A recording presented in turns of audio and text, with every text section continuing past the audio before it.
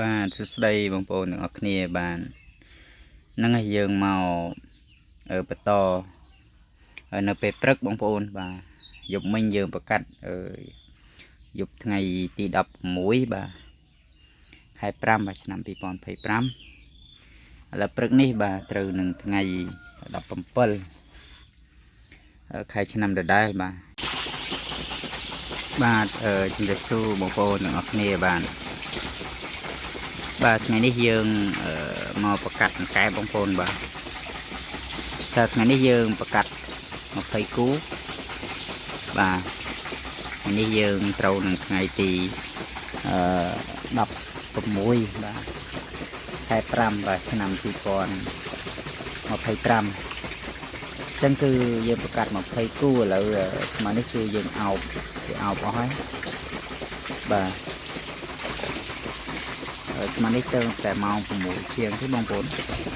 ឡូវវាអោបគ្រប់គូ20គូបាទឥឡូវយើងអោបគ្រប់នេះតែយើងបាត់ទឹកគូវាអោបគ្រប់គូហើយបងប្អូនបាទហ្នឹងហើយបងប្អូនចាំមើលលទ្ធផលបាទពេលព្រឹកទាំងអស់គ្នាចាំមើលវាទទួលបានលទ្ធផលប្រមាណភាគរយដែរបងប្អូនបាទចាំមើលទាំងអស់គ្នាបាទសួស្តីបងប្អូនទាំងអស់គ្នាបាទហ្នឹងហើយយើងមកបន្តនៅពេលព្រឹកបងប្អូនបាទយប់មិញយើងប្រកាសយប់ថ្ងៃទី16បាទខែ5បាទឆ្នាំ2025ឥឡូវព្រឹកនេះបាទត្រូវនឹងថ្ងៃ17ខែឆ្នាំដដែលបាទយើងមកឧត្តលទ្ធផលអញ្ចឹងណាបងប្អូនបាទឃើញថាលទ្ធផលគឺទទួលយកបានយើងប្រកាសយប់មិញ20គូអញ្ចឹងឃើញថាពងធ្លាក់ឲ្យច្រើនគូសំបាទហើយពងទៀតគឺល្អបាទពងល្អច្រើនដោយសារ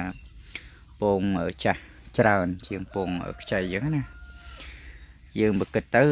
ពងនេះវាខ្ចីតែ20%ទេបងប្អូនក្រៅពីហ្នឹងគឺសិតតែខ្មៅល្អទេបាទអញ្ចឹងគឺលទ្ធផលគឺយើងថា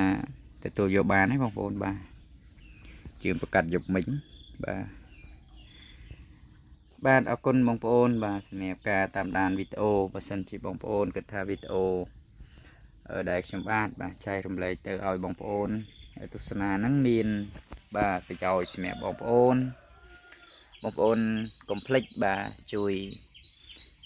ចុច follow បាទ channel របស់ខ្ញុំហ្នឹងបាទហើយអាចចែករំលែកបាទដើម្បីឲ្យទុកជាបទពិសោធន៍បាទដល់បងប្អូនយើងថ្មីដែលគាត់ទៅនឹងចាប់ផ្ដើមរៀនបង្កាត់ពូជបាទឲ្យគាត់បានទស្សនានៅវីដេអូខ្ញុំបាទចែកលេខនេះទៅគឺគាត់អាចយកទៅអនុវត្តបានបាទអរគុណច្រើនបងប្អូនបាទសម្រាប់ការតាមដានវីដេអូពីដើមដល់ចប់